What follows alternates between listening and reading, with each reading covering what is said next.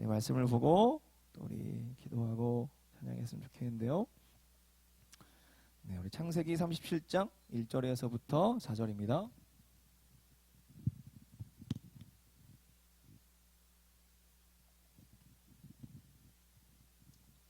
창세기 37장 1절에서부터 4절 말씀 제가 봉독해 드리도록 하겠습니다. 야곱이 가나안 땅 곧 그의 아버지가 거류하던 땅에 거주하였으니 야곱의 족보는 이러하니라. 요셉이 17세의 소년으로서 그의 형들과 함께 양을 칠 때에 그의 아버지의 아내들 빌하와 실바의 아들들과 더불어 함께 있었더니 그가 그들의 잘못을 아버지에게 말하더라. 요셉은 노년에 얻은 아들이므로 이스라엘의 여러 아들들보다 그를 더 사랑함으로 그를 위하여 채색옷을 지었더니 그의 형들이 아버지가 형들보다 그를 더 사랑함을 보고 그를 미워하여 그에게 편안하게 말할 수 없었더라. 아멘. 네, 설교 볼륨을 한번 체크해 주시고요. 네, 네, 이제 드디어 요셉 이야기로 넘어갑니다. 네, 드디어 넘어갑니다. 37장에서부터 50장까지 요셉 중심으로 일어난 이야기들로 진행이 됩니다. 네, 37장에서부터 50장까지. 그래서 정말 귀에 못이 박히도록 요셉 이야기를 여러분들 들을 것 같습니다. 1절부터 이렇게 좀 바로 들어가야 될 것 같아요. 좀 시간이 보니까 많이 갔네요. 또 양이 많아서 또 37장 전체를 살펴볼 것 같거든요.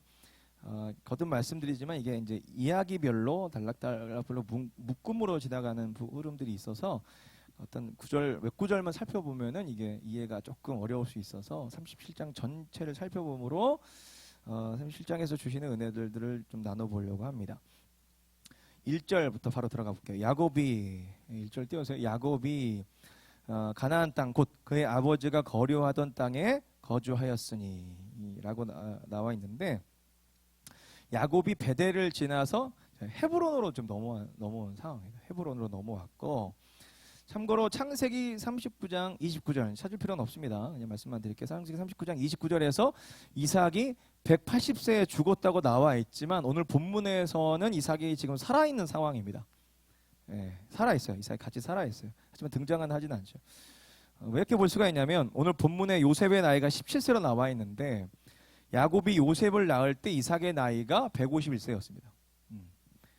했을 때 151세 더하기 17을 더하면 몇 살이죠? 이삭의 나이가 168세죠.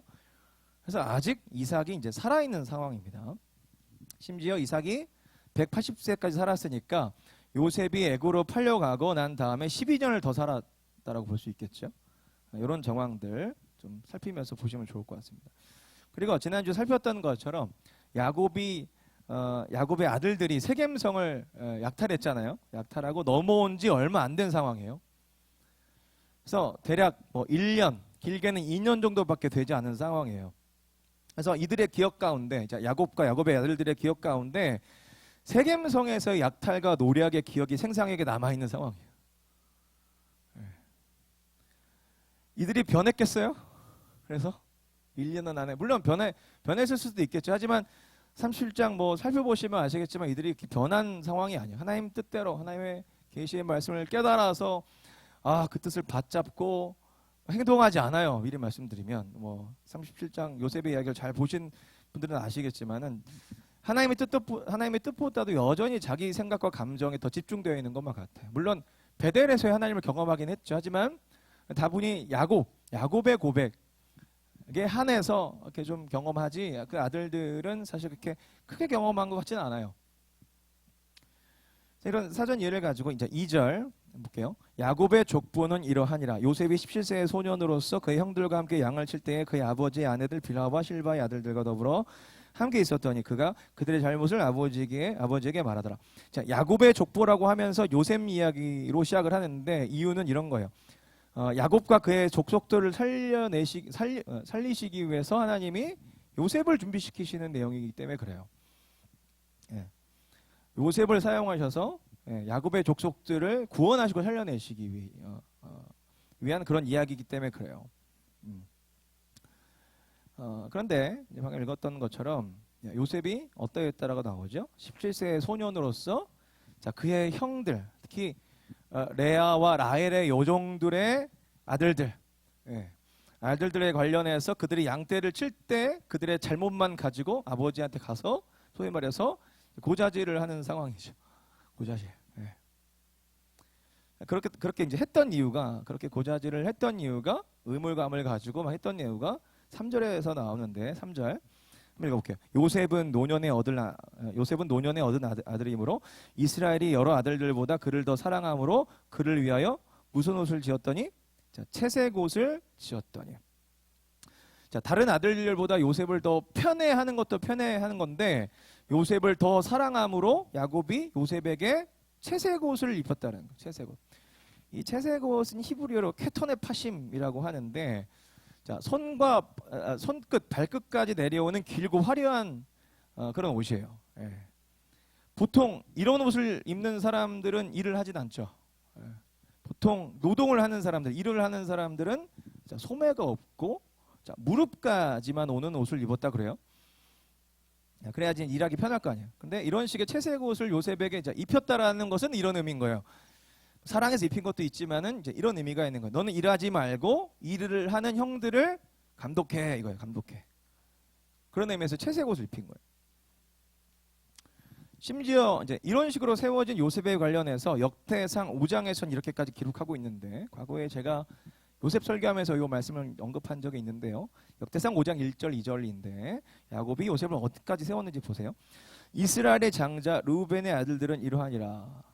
르우벤은 장자라도 그의 아버지의 침상을 더럽혔으므로 장자의 명분이 이스라엘의 아들 누구에게로 갔다? 요셉의 자손에게로 돌아가서 족보의 장자의 명분대로 기록되지 못하니라.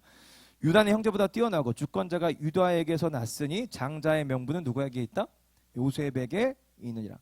그러니까 장자의 명분이 누구에게 돌아간 거예요? 요셉에게 돌아갔다라는 거예요. 그래서 야곱이 지금 요셉에게 채색 옷을 입힌 것은 단순히 자, 관리자를 뛰어넘어서, 그러니까 사랑하는 것을 뛰어넘어서 관리자 또한 그 다음 넘어서 어디까지? 상속자까지라고 볼 수 있는 거예요.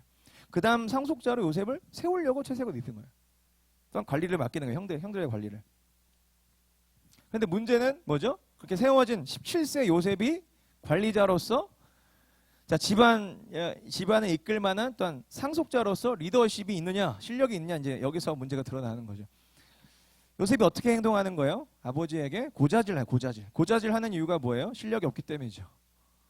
예, 실력이 있으면, 리더십이 있으면 고자질 하지 않죠. 본인이 해결하겠죠. 하지만 자기 힘으로 안 되니까 아버지에게 잘못한 것만 골라서 고자질 하는 거야. 형들을 리드할 수 있는 능력이 있으면 고자질 하지 않겠죠. 당연히 그럴 수밖에 없죠. 요셉이 17살인데. 그리고 대부분 형들은 20대들이고 심지어 르우벤 같은 경우에는 르우벤, 시몬, 레위 뭐 이런 아들들은 요셉보다 10살 정도 많은 형들이기 때문에 이들을 뛰어넘는 리더십이 요셉에게 있다라는 것은 어려운 현실이죠. 그래서 요셉이 아버지에게 의무감을 가지고 관리는 해야 되겠고 고자질을 막 하는 거예요. 그런데 이 요셉의 형들이 어떤 사람들이죠? 세겜 서급을 초토화시켜버리는 사람들이잖아요. 요셉이 겁이 없어. 사실 형들 건들면 안 돼. 죽을 수도 있어. 형들이 좋아할 리가 없죠. 이렇게 요셉이 고자질 하는데 4절이에요. 4절. 그의 형들이 아버지가 형들보다 그를 더 사랑함을 보고 그를 미워하여 그에게 편안하게 말할 수 없었더라. 여기에서의 미움은 단순히 미움이 아니라 증오를 말하는 거예요. 증오. 그러니까 증오스러울 만큼 미워서 말미에, 자, 말씀 말미에 그에게 편안하게 말할 수 없다 이렇게 나와 있는데 히브리어로는 로 샬롬. 그러니까 평안이 없다 이 말이에요. 누구 때문에? 요셉 때문에 샬롬이 없다, 평안이 없다. 그러니 편안하게 말할 수 없다. 그럴 수밖에 없겠죠.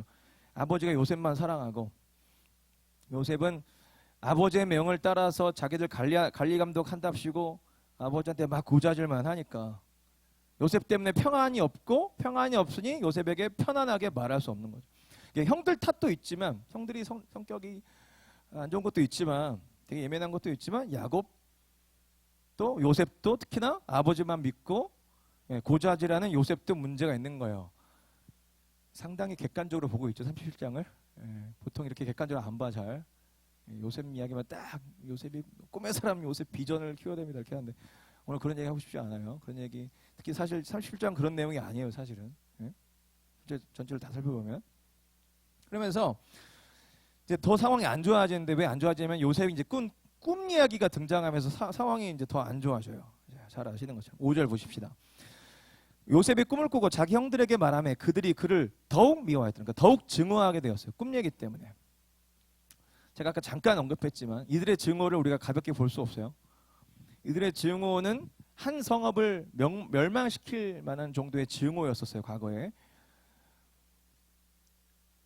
그런데 요셉이 자 형들 눈치도 안 봐.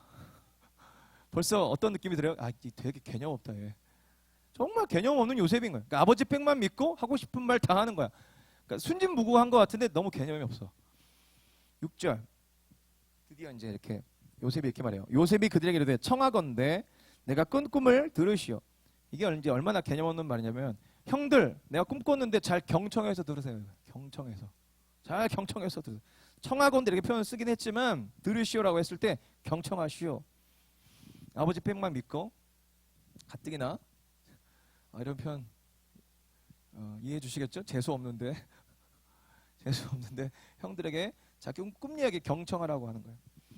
그러면서 7절인데 우리가 밭에서 곡식단을 묶더니 내 단은 일어서고 당신들의 단은 내 단을 둘러서서 절하더이다. 형들의 곡식단이 요셉의 곡식단에 절한대요. 고대 사회에서는 누구에게만 절하냐? 족장은 보통 아버지죠. 아버지. 족장이나 왕으로 인정하는 자에게 절을 하는 거예요. 그리고 그 족속을 통치하고 있는 신에게만 절하는 거야. 그렇다면 이 꿈은 어떤 꿈이야? 형들이 자기 곡식당에게 절을 한다라는 말은 내가 당신들의 족장이나 왕이 될 거예요. 재수없어.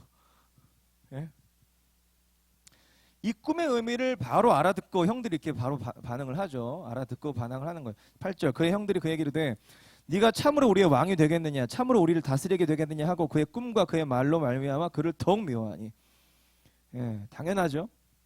가뜩이나 개념 없는데 개념 없이 행동하는데 근데 또다시 꿈을 꾸게 되는데 조금 다르지만 의미는 같은 꿈을 꾸게 돼요. 자, 9절인데 자, 요셉이 다시 꿈을 꾸고 그 형들에게 말을 이르되 내가 또 꿈을 꾼즉 해와 달과 11별이 내게 절하더이다 아니라 이제는 해와 달 11별이 요셉에게 절을 한다라는 거예요. 자, 이 정도면은 사실 같은 꿈, 그러니까 다른 양상이지만 같은 의미의 꿈을 이제 두 번이나 꿨기 때문에 이걸 화내고 뭐 재수없다고 하면서 그냥 넘길 만한 상황은 사실 아니에요. 왜냐하면 당시에는 하나님이 꿈을 통해서 하나님의 뜻을 계시해 주신다고 제가 말씀드렸었죠.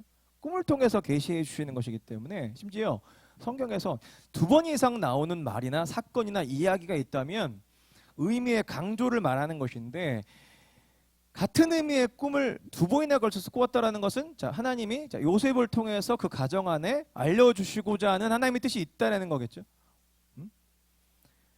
그래서 이걸 그냥 넘기면 그냥 넘기면 안 되는 그런 상황이고 실제로 이 꿈은 하나님 어떻게 하실 것을 이제 알려주시는 꿈이죠. 어떻게 하실 것을 뭐죠? 다 아는 것처럼 요셉을 당대 최대의 나라인 애굽의 총리가 되게 하시고 결국 세상을 구하고 무엇보다도 야곱의 가족들 원래 그 목표 야곱의 가족들을 이제 구원하시는 것으로 이제 이루어지게 되죠. 실제로 이루어진다는 말이에요. 그런데 자, 이 10명의 형들 중에 단 한 명도 이 꿈에 대해서 이 계시에 대해서 조금이라도 알아보려고 하는 인간들이 없어요. 그죠? 요셉을 향한 그 재수 없음에서 나오는 분노와 증오의 꺼풀이 씌워가지고 알아보려고 하지 않아요. 그것을 벗어버리고 하나님의 뜻이 무엇인지 조금이라도 알아보려고 했어야 되는데 그렇지 않아요. 그렇게 하지 않아요. 그런데 미리 말씀드리지만 요셉도 별로 관심이 없어. 당사자인 요셉도 이 꿈의 의미가 무엇인지 정확하게 알려고 하지 않고 알지도 못했고 알려고 하지도 않아요. 도리어 이 꿈을 통해서 경청하시오. 이제 내가 당신들 위해 군림하는 자가 온전히 될 거예요. 난 그런 사람이에요. 심지어 아버지도 나에게 절해야 돼요 라고 생각하면서 자기의 꿈을 막 떠버리고 있는 거예요. 자, 이 부분에 있어서 이제 먼저 야곱이 이렇게 반응을 하는데 10절. 그가 그의 꿈을 아버지와 형들에게 말하매 아버지가 그를 꾸짖고 그에게 이르되 네가 꾼 꿈이 무엇이냐? 내가 내 어머니와 형들이 참으로 가서 땅에 엎드려 내게 절하겠느냐? 라고 이제 야곱이 이제 이렇게 말하는데 11절 이제 나중에 살피겠지만 추측해 보건대 이번에도 요셉 편을 들면 요셉의 형들이 요셉 어떻게 할지도 모른다라는 생각 때문에 자, 겉으로는 요셉을 꾸짖지만 이제 11절 읽을 텐데 속으로는 요셉의 꿈을 야곱이 이제 마음속에 간직해 두게 돼요. 자, 11절. 자, 형들의 반응이 같이 나오는데 자, 형들은 이렇게 반응하죠. 11절. 그의 형들은 어떻게 하되? 시기하되. 분노가 끝까지 올라오는 거죠. 하지만 그의 아버지는 어떻게 해요? 야곱은 그의 말을 간직해 두었더라. 이렇게 되는 거죠. 그러면서 이제 뭐 판이 깔아졌죠. 예, 이제 요셉을 형들이 징벌할 판이 깔아졌어. 그래서 이제 사건이 이제 이 아들들로 인해서 또 다시 사건이 이제 터지게 돼요. 자, 12절인데 그의 형들이 어디로 가요 또? 이런 것들 정말 잘 들여다봐야 돼요.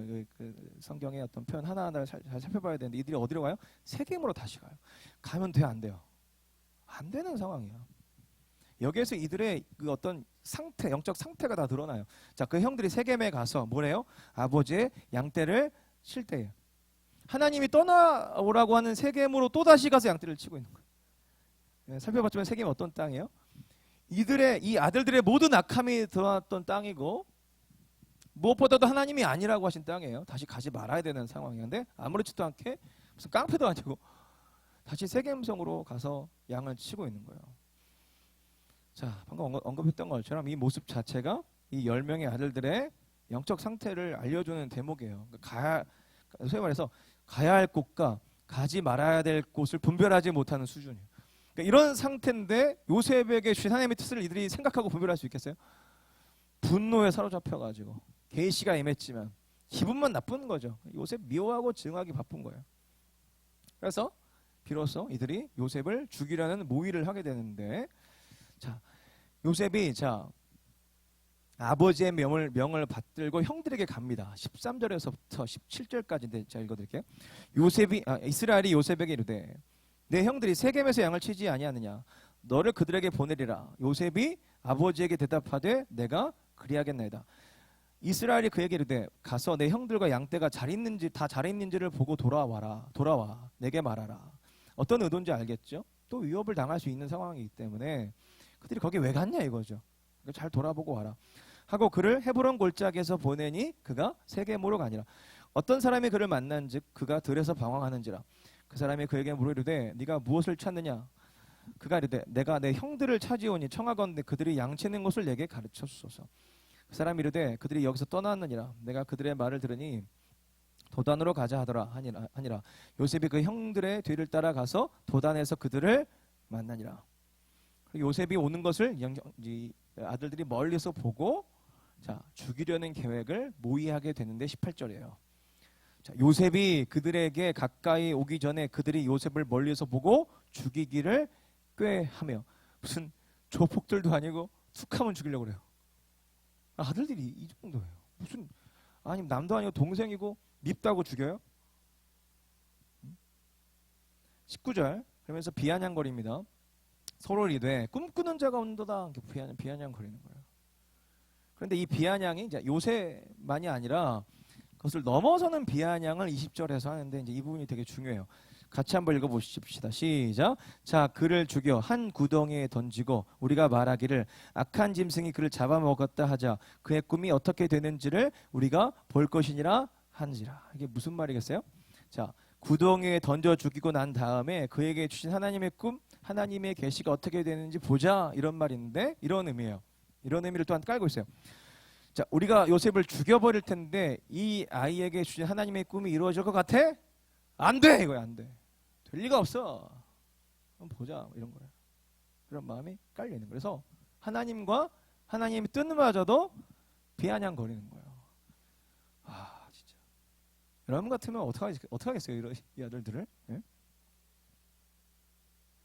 얼마나 교만하기 그지없고 동생에 대한 시기와 질투로 붙잡혀 있는지가 그대로 드러나는 대목이에요. 하나님의 뜻이건 뭐가 없어요. 단순히 편애로 인해서 밉다고 동생의 생사를 논할 정도로 무자비한 아들들임이 드러나는 대목이죠. 그래서 이들의 상태는 하나님도 말씀드렸던 것처럼 하나님의 뜻도 보이지 않는 상태라 하겠어요. 그런데 여기서부터 중요해요.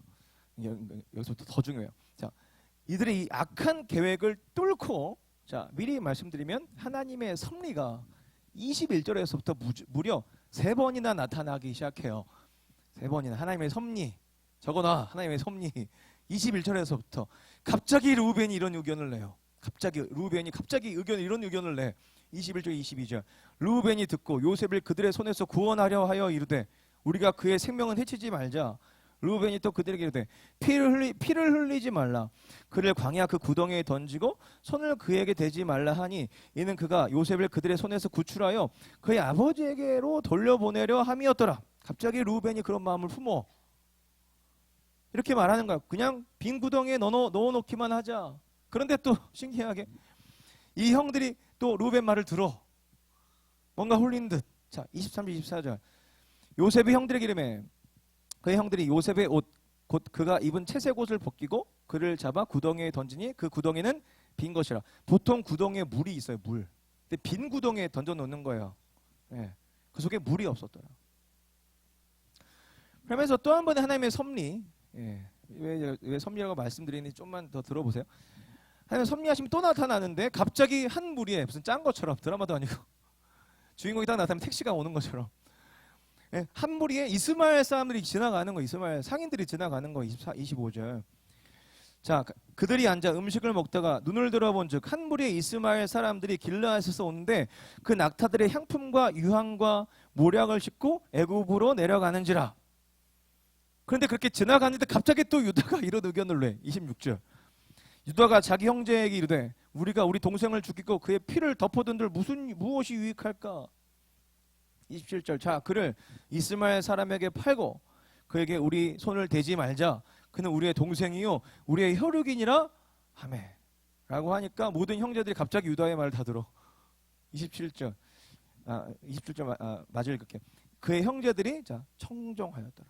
그러면서 28절이에요. 그때에 미디안 사람 상인들이 지나가고 있는지라 형들이 요셉을 구덩이에서 끌어올리고 은 20에 그를 이스마엘 사람들에게 팔매 그 상인들이 요셉을 데리고 애굽으로 갔더라. 그러니까 요셉을 죽이려 했지만 이들의 손으로 요셉을 은 20에 팔아버리게 되므로 요셉이 어디로 이제 가게 돼요?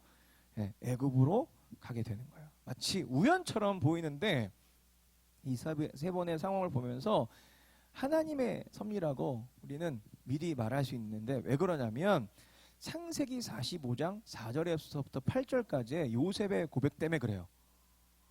자, 45장 4절부터 8절 보세요.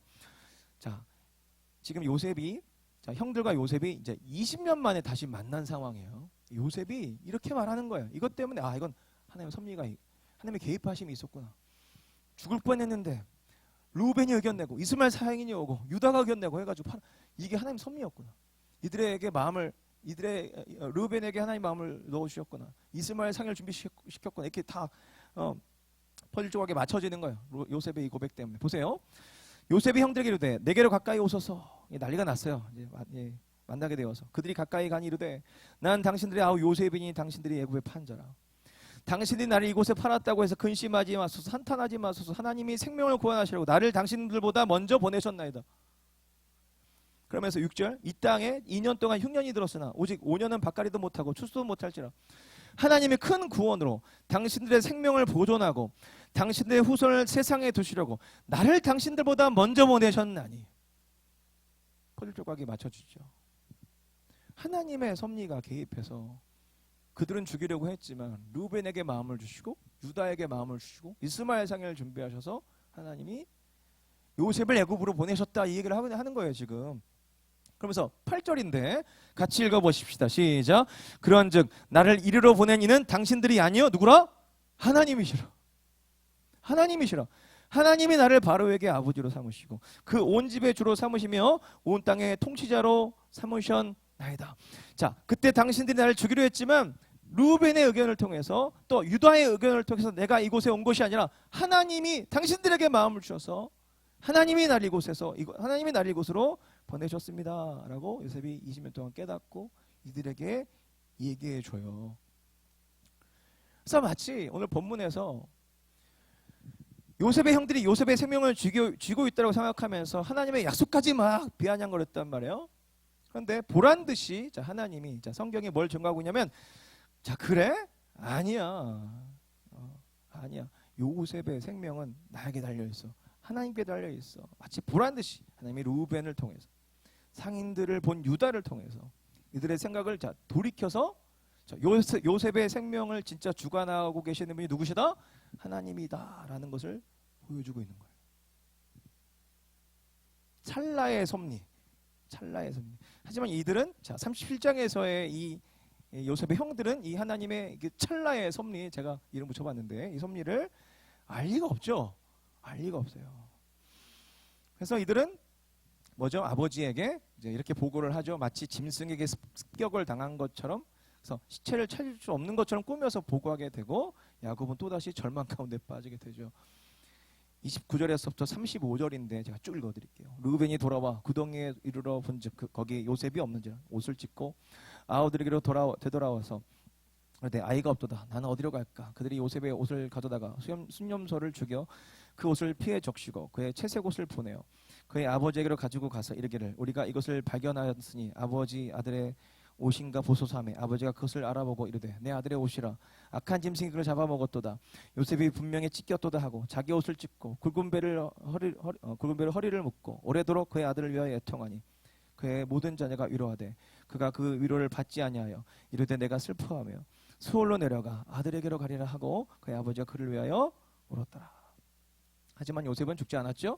애굽으로 도착하게 되었고 하나님의 인도하심 가운데 요셉은 애굽에서 우리가 잘 아는 것처럼 애굽의 총리로 준비되게 되는 시간을 보내게 되죠. 하나님이 요셉에게 주신 그 약속대로 하나님은 요셉을 준비시키게 돼요. 그리고 그 약속대로 하나님이 요셉을 총리로 세우시고 이들을 이 야곱과 그 족속들을 구원하시게 되죠. 36절 이 미디안 사람들은 그를 애굽에서 바로의 친위대장 보디발에게 팔았더라. 이런 느낌 계속 들지 않아요? 하나님이 보호하시고 인도하셔서 준비시킬 준비가 되었다. 세울 준비가 되었다. 이제 본격적으로 세우실 준비가 되었다. 준비가 다 되었다. 이런 느낌이 들지 않아요? 그래서 이 아들들은 아까 잠깐 말씀드렸던 것처럼 이 아들들은 언제까지 하나님의 전체적인 섭리를 모르고 살까요? 20년 동안 모르고 살아요. 이 답답한 인간들. 근데 이 인간들의 모습이 저와 여러분들의 모습이죠. 그렇지 않아요? 자, 20년 동안 신앙적으로 좌충우돌 하면서 막 살아요.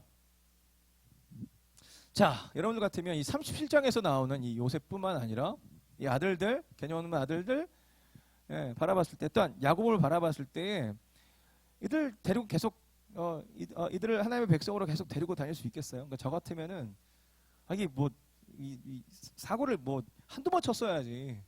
34장에서도 사고 치고 37장에서는 하나님 이들 구원하시겠다고 요셉을 세우시겠다고 하는데 시기 질투 때문에 죽여버리려고 하고 요셉이 죽으면 이들도 끝나는 거예요. 사실은 구원자를 죽여버리겠다고 하는 거잖아요.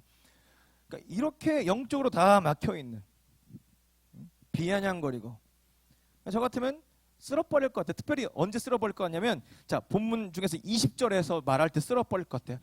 우리가 죽일 텐데 하나님의 꿈이 이루어질 것 같아라고 비아냥거릴 때 그때 다 쓸어버릴 것 같아.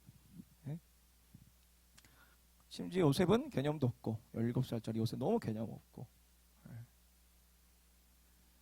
37장 내내 이들은 하나님의 뜻과 어떤 그런 하나님의 마음을 받고 그 뜻 가운데 어떤 의미를 쫓아 그 뜻을 쫓아가지 않고 이들의 분노와 미움, 이들의 어떤 인간적인 흐름이 이들을 계속 주도해가고 그렇게 자신들을 주도할 수 있도록 그 자기들의 감정, 솔직한 감정으로 다 내어들어 버리죠. 말씀에 인도하심 받는 거 그런 거 생각하지 않아요. 그런데 참 은혜가 되는 거는 쓸어버리지 않으시고 자 루벤에게 살짝 생각 하나 넣어주시고 그래서 구덩이에 넣어놓게 하고 이스마엘 상인 지나가게 하시고 유다를 통해서 요셉을 팔아넘기게 하심으로 말미암아 이들 손에 더 이상 피를 묻히게 하지 않으시는 하나님. 요셉을 구출해내시기도 하시지만 이들 손에 더 이상 피를 묻히지 않게 하시는 하나님. 그러면서 요셉을 준비시켜서 또한 이들 이렇게 개념 없고 막혀있는, 전혀 대화가 되지 않는 하나님의 계시가 임해도 그 뜻을 알아듣지 못한 이들, 찰나의 섭리를 전혀 깨닫지도 못한 이들을 위해서 요셉을 준비시키시는 것은 곧 이들을 구원하시기 위한 준비이거든요. 그러니까 이런 식인 거죠. 그래서 저는 이런 이들의 모습을 보면서 하나님 쓸어버리지 않으시고 요셉을 준비시키셨어. 그러니까 이들을 구원하실, 이들을 살릴 요셉을 준비시키시는 하나님의 이 모습을 보면서 저는 이 말씀이 생각이 났어요. 로마서 5장 6절에서부터 8절이에요. 정리를 한번 해보죠. 로마서 5장 6절에서 8절인데 딱 이 말씀과 맞닿아요. 우리가 아직 연약할 때에 계약대로 그리스도께서 경건하지 않은 자를 위하여 죽으셨도다. 의인을 위하여 죽는 자가 쉽지 않고 선인을 위하여 온감히 죽는 자가 혹 있거니와. 8절 같이 읽어보시죠. 시작. 우리가 아직 죄인 되었을 때에 그리스도께서 우리를 위하여 죽으심으로 하나님께서 우리에 대한 자기의 사랑을 확증하셨느니라. 아멘. 아멘. 얼마나 은혜가 되는 말씀이에요. 우리가 아직 죄인 되었을 때에, 오늘의 말씀과 연결시켜 본다면 야곱의 아들들과 같이 자기들을 살려줄 자로 하나님이 준비하신 요셉을 죽이려고 계획하는 것 같은 죄 가운데 있을 때에, 그런 죄를 저지르는 죄인 가운데 있었을 때에 이거 아니겠어요? 그런데 뭐예요? 그때 쓸어버리지 않으시고 도리어 하나님의 그 약속 안에서 자기 백성들을 계속 세워가시는 거죠. 부르시고 하나님의 사랑을 더 확실하게 보여지지 않아요? 이 요셉을 준비시키는 이 모습을 보면서. 그래서 죽이지 않으시고 하나님의 사랑을 더 확실하게 보여주시는 방식을 택하시는 거죠. 지금 우리로 치면 예수 안으로 우리 자기 백성을 부르셔서 우리 하나님의 사랑을 더 확실하게 보여주시는 방식을 택하신다는 거죠.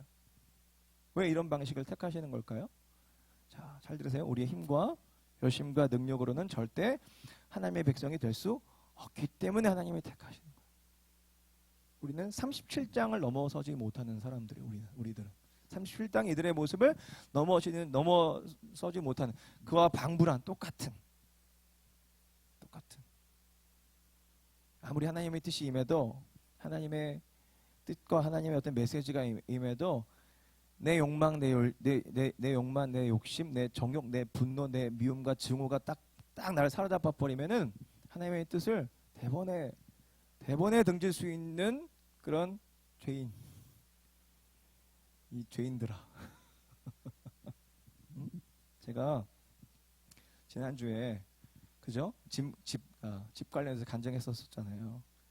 제가 지난주에 그 집 문제 때문에 그런 말씀을 살짝 나눴었는데 제 믿음의 바닥을 발견을 했죠. 그죠? 믿음의 바닥을 발견을 했어요. 와, 이게 해결이 안 되니까 또한 하나님이 붙들어 주시지 않으니까, 자, 한편으로는 믿음의 고백을 하는데 다른 한편으로는 계속 무슨 말을 했냐면 너는 망할 거야. 너는 망할 거야. 너는 망할 거야. 한번 따라해 봅시다. 너는 따라하지 마. 너는 막 계속 나한테 너는 망할 거야. 너는 망할 거야. 분명히 하나님이 하신다고 약속하셨고 하나님이 하신다고 선포도 했는데, 예. 붙들어 주시면 믿음으로 선포하는데, 내가 그 붙들어 주심을 좀 더 정확하게 말씀드리면, 내가 그 붙들어 주심을 내가 보지 못하면 너는 망할 거야. 너는 망할 거야. 상황과 환경, 감정에 딱 붙잡혀 가지고 하나님의 뜻이고 뭐고 보이질 않는 거야. 너는 망할 거야. 너는 망할 거야. 그래서 그런 생각했다니까요.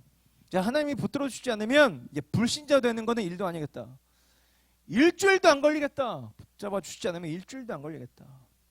이 야곱의 아들들의 무지함과 개념 없음이 바로 내 이야기구나. 비아냥거린 것과 하나님 앞에 하나님의 약속을 비아냥거린 것과 뭐가 달라요? 비아냥거린 것과 뭐가 달라? 그들이 비아냥거린 것과 나의 망할 거야 이렇게 얘기한 거 뭐가 달라요? 붙들어 주시지 않으니까 불신자 되는 거는 일도 아니겠구나. 그래서 하나님이 우리에게 먼저 찾아오신 거예요. 좀 다른 양상이에요. 좀 다른 양상일 수도 있겠지만 이런 부분에 있어서 가장 극명하게 드러내주는 인물이 있는데 누구냐면 바울이에요. 바울. 사도행전 9장 1절에서부터 9절인데요. 사도행전 9장 1절에서부터 9절 아니고 5절이구나. 5절. 자, 5절인데 보세요. 자, 사울이 바울이라고 하는 사울이고 사울이라고 하는 바울인데 같은 인물이에요. 사울이 주의 제자들에 대하여 여전히 위협과 설기가 등등하여 대제사장에게 가서 다메섹 여러 회당에 가져갈 공문을 청하니 이는 만일 그 도를 따르는 사람을 만나면 남녀를 막론하고 결박하여 예루살렘으로 잡아오려 함이니라. 자, 사울이 뭐하는 사람이었어요? 교회에 다니는 사람, 예수 믿는 사람들 잡아 죽이는 사람이었어요. 족치는 사람도 아니고 잡아 죽이는 사람이었어요. 자, 그렇게 예수 믿는 사람들을 잡아 죽이러 가는 그러니까 소위 말해서 대놓고 하나님을 대적하고 하나님의 교회를 잔멸시키려고 하는 그 길 가운데 자 3절에서 누가 사울을 만나 주시냐면 자 사울이 길을 가다가 다메섹에 가까이 갈 때 이르더니 호련히 하늘로부터 뭐가 임해요? 빛이 그를 둘러 비추는지라. 4절 땅에 엎드려져 들음에 소리가 있어 이르되 사울아 사울아 네가 어찌하여 나를 박해하느냐 하시거늘. 5절 같이 읽어보시죠. 시작. 대답하되 주여 누구시니까 이르되 나는 네가 박해하는 예수라. 사울은요 무슨 기도해서 열심히 예배드리다가 예수님 만난 게 아니에요. 예수님과 완전히 대척점에 서서 하나님과 완전히 대척점에 서서 교회를 잔멸하려고 안티크리스찬이라고 하면 사울이 최고병에 있는 사람이었을 거예요. 그렇게 하나님의 교회를 저주하고 죽이려 가는 그 길가에서 예수님이 바울을 만나 주시는 거죠. 우리는 다 그렇게 있다가 예수님 만나요. 무슨 말인지 아시겠어요? 일단 우리를 그렇게 예수님이 만나 주셔야 되는 거예요. 왜? 우리 힘으로 예수님을 찾지 못하기 때문에 그렇죠. 우리 힘으로 예수님을 믿을 힘이 없기 때문에 그렇죠. 그 힘은 어디서 나오죠? 믿음에서 나오는데 자 우리가 거듭 얘기하고 있죠. 믿음은 우리가 만들어낼 수 있는 영역입니까? 아니에요. 믿음은 하나님이 주셔야 되는 거예요. 믿음은 주셔야 되는 거예요. 자 그런데 사울이 하나님의 그런 것과 상관없이 하나님의 언약 안에 있는 거야. 그러니까 그러니까 사울의 행위, 사울의 의 그런 거 상관없이 그냥 사울은 하나님의 약속 안에 있어서 그가 교회를 잔멸하려고 하는 그런 길가 가운데 하나님이 예수님이 사울을 만나 주시는 거예요. 보세요. 그러면서 아나니아라는 사람에게 이렇게 말씀하시는데 저는 이게 너무 은혜가 되더라고요. 사도행전 9장 13절에서 15절인데 아나니아에게 바울에 대해서 예수님이 이렇게 말씀하십니다. 아나니아가 대답하여 주여 이 사람에 대하여 내가 여러 사람에게 듣사온즉 그가 예루살렘에서 주의 성도에게 적지 않은 해를 끼쳤다 하더니 여기서도 주의 이름을 부르는 모든 사람을 결박할 권한을 대제사장들에게서 받았나이다 하거늘. 자 15절 같이 읽어보시죠. 주님이 말씀하시는 사울에 대해서 말씀하시는 내용입니다. 같이 읽어보십시다. 시작. 주께서 이르시되 가라 이 사람은 내 이름을 이방인과 임금들과 이스라엘 자손들에게 전하게 하여 내가 택한 나의 그릇이다. 언약 안에 있는 하나님의 백성이다 이거예요. 그러니 바울이 어떠하면 상관이 없는 거예요. 오늘 본문과 연결해서 치면 30장에서 나오는 요셉의 개념 없음, 아들들의 이 포악함, 하나님의 뜻을 정면으로 대적하고 비아냥거린 것과 하나님의 부르심, 하나님의 언약은 상관이 없어요. 하나님 부르심은요, 그들의 비아냥, 그들의 악함을 뛰어넘는, 그들의 연약함과 그들의 악함과 그들의 죄성을 뛰어넘는 부르심, 상관없이 부르셔서 뭐죠? 의인 삼으셔서 의인으로 만들어 가시는 은혜가 임하는 거죠. 그래서 에베소서 1장 3절에서부터 6절이 이렇게 선언하고 있는 거예요. 자, 찬송하리로다 하나님 곧 우리 주 예수 그리스도의 아버지께서 그리스도 안에서 하늘에 속한 모든 신령한 복을 우리에게 주시되. 4절 같이 읽어보시죠. 시작. 곧 창세전에 그리스도 안에서 우리를 택하사 우리로 사랑 안에서 그 앞에 거룩하고 흠이 없게 하시려고. 자, 곧 창세전에 그리스도 안에서 우리를 택하셨대요. 창세전에 택하시면 하나님이 우리를 바라보시면서 야 얘는 잘 믿을 것 같아, 잘 생활을 할 것 같아. 자, 우리 모든 멤버들이 다 그렇지만 특히나 우리 사랑이를 보면 진짜 범생이에요. 진짜 범생. 진짜 딱 올곧게만. 예. 자, 하나님이 그렇게 얘는 잘 믿을 것 같아, 얘는 잘 생활할 것 같아 라고 미리 보시고 택하셨냐? 그거 아니라 이거예요. 37장에서 나오는 이 야곱의 아들들과 같은 이런 모습일지라도 창세전에 그들을 택하사, 우리를 택하사, 심지어 잘 믿지 못할 걸 아시고 우리를 택하사, 아니 믿지 않고 하나님을 대적할 거를 아시고 우리를 택하사, 이게 적용이 되는 거예요. 자, 우리로 사랑 안에서 그 앞에 거룩하고 흠이 없게 하시려고, 심지어 5절이 너무 은혜가 돼요. 더 은혜가 돼요. 그 기쁘신 뜻대로 우리가 넘어질 걸 알면서, 우리가 대적할 걸 아시면서 기쁘신 뜻대로, 우리 택하심이 기쁘다 이거예요. 그 기쁘신 뜻대로. 일단 그 택하심 자체가 하나님의 기쁘신 뜻이라는 거죠. 그 기쁘신 뜻대로 우리를 예정하사 예수 그리스도로 말미암아 자기 아들들이 되게 하셨으니 이는 그가 사랑하시는 자에서 우리에게 거저 주시는 바 그의 은혜와 은혜의 영광을 찬송하게 하려는 것이라. 이 택하심 가운데 거듭 말씀드리지만 야곱의 아들과 같은 야곱의 아들들 또한 요셉의 개념 없음과 같은 모습을 모르셨겠어요? 알지만 부르시는 거죠. 알지만 부르시는 거예요. 사울의 그 잔혹함을 아시고 주님 부르시는 거예요. 그렇게 살다가는 망할 것 같으니까, 심판받기 딱 좋은 상태이니까 주님이 부르시는 거예요. 이런 찬양이 생각이 났어요. 날 사랑하심, 날 사랑하심. 찬양이 생각이 났는데 찬양의 가사 한번 좀 띄워주세요. 특별히 3절, 3절 내가 연약할수록, 3절 뒤에 불 좀 꺼주시고요. 3절 보세요. 내가 연약할수록 더욱 귀히 여기사 높은 보좌 위에서 낮은 나를 보시네. 이 연약은 어디까지 어느 정도까지의 연약함을 말하는 걸까요? 어느 정도까지 연약함을 말하는 걸까요? 우리가 생각할 수 있는 모든 연약함, 모든 악함은 여기에 다 포함되는 겁니다. 심지어 하나님을 안다고 하면서도 하나님 살아계시냐고 삿대질을 하면서 하나님 살아있으면 나와보라고 얘기하는 그 사람에게도 그 사람이 하나님의 언약 안에 있으면 하나님은 그 사람을 부르실 겁니다. 부르실 겁니다. 우리 하나님의 언약 안에 있음을 확인시켜 주실 것입니다. 그 정도까지 내가 연약할수록 어때요? 더욱 귀히 여기서 높은 보좌 위에서 낮은 나를 보시네. 날 사랑하심, 날 사랑하심, 날 사랑하심. 성경에 써 있네. 자, 우리는 그렇게 부르심 받은 사람들이에요. 그렇게 부름 받은 사람들이라고요. 그렇게 부름 받은 사람이에요. 우리 스스로 죄악의 구렁텅이에서, 우리 스스로 절망의 구렁텅이에서, 우리 스스로 난 망했어라고 고백하면서 죄책감 가운데 구렁텅이에서 빠져나올 수 없는 그런 나를 아시고, 일단 그런 나이기 때문에 하나님이 이렇게 끄집어 내주시는 거예요.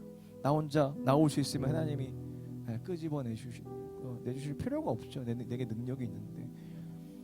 무엇보다도 하나님과 관계 속에서 우리가 하나님께 절대로 우리 스스로 하나님께 나아갈 수도 없고, 하나님을 알 수도 없고, 하나님을 경배할 수도 없고, 하나님의 선하심을 단 1%도 따라갈 수 없기에 놀라운 일이 벌어졌죠. 놀라운 일이 벌어졌죠. 예수님이 부활 승천하셔서 약속하신 대로 성령을 보내셔서, 심지어 우리 안에 성령으로 말미암아 예수님이 좌정하셨죠. 할렐루야. 좌정하셨습니다. 할렐루야. 따라해 봅시다. 좌정하셨다. 내 안에 좌정해 계신다. 절대 떠나지 않으시죠. 절대 떠나지 않아요. 요셉의 아들들 정도면 떠나도 무방하잖아요. 하나님 앞에서 비아냥거리는데 떠나도 무방하잖아. 안 떠나. 도리어 그들의 손에 피를 묻히지 않도록 루벤에게, 유다에게 생각 넣어주고, 이스마엘 상이 딱 준비하셔서 보내고, 그들을 잘 보호해놨다가 시간이 딱 되었을 때 하나님이 그들을 애굽으로 가게 하시고, 동시에 20년 동안 요셉을 준비시키셔서 그 가족들을 구원하시는 하나님의 그 전체적인 섭리, 우리 사랑하시는 그 언약 안에서의 하나님의 그 섭리. 그래서 우리의 믿음은 무엇을 근거로 해야 될까요? 나를 근거로 해야 될까요? 나의 행위? 내가 좀 잘하면 하나님이 잘 봐주실까요? 그런 식의 믿음은 우리의 믿음이, 기독교의 믿음이 아니에요. 우리의 믿음 어떤 믿음이 되어야 되죠? 하나님의 그 약속에 신실하심에 우리의 믿음의 뿌리를 두는 거예요. 그 신실하심은 어느 정도까지 신실하면 우리가 확인했잖아요. 상식이 37장에서 확인했잖아. 지난주에도 확인했잖아. 이번 주도 확인하고 계속 확인할 거예요. 계속 확인할 거예요. 그 하나님의 약속의 신실하심, 자기 백성들을 향한 하나님의 그 약속의 신실하심은 자, 사랑을 기반으로 하고 있죠. 우리는 거기에 우리 믿음의 뿌리를 깊이 두는 거예요. 이게 기독교 신앙이에요. 이게 기독교 신앙이라고요. 우리 찬양하십시다. 예수 사랑하시며 예수 사랑하심을 거룩하신 말일세 우리들은 약하나 예수 권세만 더다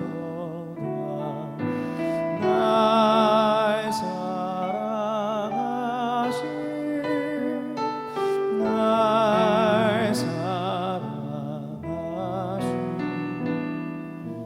날 사랑하신 성경에 써있네. 나를 사랑하시고 나를 사랑하시고 나의 죄를 다 씻어 하늘 문을 여시고 들어가게 우리 두 손을 가슴에 모으고 날 사랑하심 날 사랑하심 날 사랑하심 날 사랑하심 성경에 써있네. 내가 연약할수록 할렐루야 내가 연약할수록 더욱 귀히 여기사 높은 보좌 위에서 낮은 나를 보고 선포하십시다. 날 사랑하심보다 사랑하심 날 사랑하심 성경에 써인 세상 사는 동안에 아멘 세상 사는 동안에 나와 함께 하시고 세상 떠나가는 날 천국 가게 하소 날 사랑하심 날 사랑하심 날 사랑하심 날 사랑하심 성경에 써있네. 기도했으면 좋겠습니다. 내가 연약할수록 더 귀히 여기서 높은 보좌 위에서 낮은 나를 보시네. 세상은 부족하면 부족할수록 버리죠. 관계를 끊죠. 연약함이 드러나면 드러날수록. 왜 그런지 아세요? 능력이 없기 때문에 그래요. 실력이 없기 때문에 그래요. 세상은 그런 능력이 없어요. 실력이 없어요. 아무리 많은 사람들이 나를 둘러싼다 할지라도 나 연약함이 보이면 다 떠나요. 나의 부족함이 보이면 다 끝까지 남아있을 사람 별로 없더라고요. 하지만요 하나님은 우리와 함께 하십니다. 그런 부족한 나와 함께 하십니다. 더 감사한 것은 그런 부족한 나를 날 이해할 수 있는 사람, 나와 함께하는 사람들을 참 놀라워요. 나와 함께할 수 있는 사람, 나를 품어줄 수 있는 사람들을 보내셔서 하나님의 함께하심을 이렇게 알려주십니다. 심지어 보내시지 않아도 하나님이 직접적으로 이렇게 말씀하시고 알려주시고 하시지만, 자, 그것만으로 부족함을 주님이 너무나 잘 아시기 때문에 하나님이 보내주시고 함께하심을 알려주시고 메시지를 주시고, 그런 말미암아 무엇보다도 우리의 믿음이 하나님의 그 신실하신 그 사랑의 언약 안에 뿌리를 깊이 내릴 수 있도록 도와주십니다. 자, 그렇게 우리 모두가 하나님께 나아가야 될 줄 믿습니다. 믿음을 거기에 뿌리를 두고 하나님께 나아가야 될 줄 믿습니다. 여러분, 이 시간 기도할 때 나의 믿음이 나의 삶, 나의 어떠함에 두지 않고, 나의 어떠함에 뿌리를 내리지 않고, 하나님의 어떠하심, 하나님의 나를 사랑하심, 나를 신실하게 사랑하심, 약속이 있다면 나의 어떠한 모습도 개의치 않으시고 나를 부르셔서 결국은 거룩하게 만드시고, 결국은 하나님의 섭리를 깨달아 하나님의 뜻대로 결국은 살게끔 만들어 주시는 말미암아, 그렇게 살았을 때에, 여러분 꼭 기억하세요, 그렇게 살았을 때에 하나님의 풍성함을 결국은 경험시켜 주심으로 말미암아 더더욱더 믿음으로 가게 하시는 방식을 취하시거든요. 자, 그런 방식을 취하시는 하나님, 우리를 결코 그래서 포기하지 않으시는 하나님이시죠. 결코 우리를 죄 가운데 그대로 두실 수 없어요. 끄집어내셔서 의롭다 칭하시고 의롭게 만드시는 주님이십니다. 그 주님께, 그 우리 하나님께, 우리 아버지 하나님께 우리 믿음을 두고 이 험한 세상 함께하는, 또한 교회 성도들 함께하는 지체들과 함께 그렇게 주님께 나아가 예배하는 삶 살아갈 수 있고, 또한 나 개인적으로 그렇게 주님께 믿음의 뿌리를 두고, 하나님께만 믿음의 뿌리를 두고, 약속의 믿음의 뿌리를 두고 삶을 살아갈 수 있는, 예배자의 삶을 살 수 있는 내가 되게 하여 주시옵소서. 이 시간 주여 한번 외치고 기도합니다. 주여.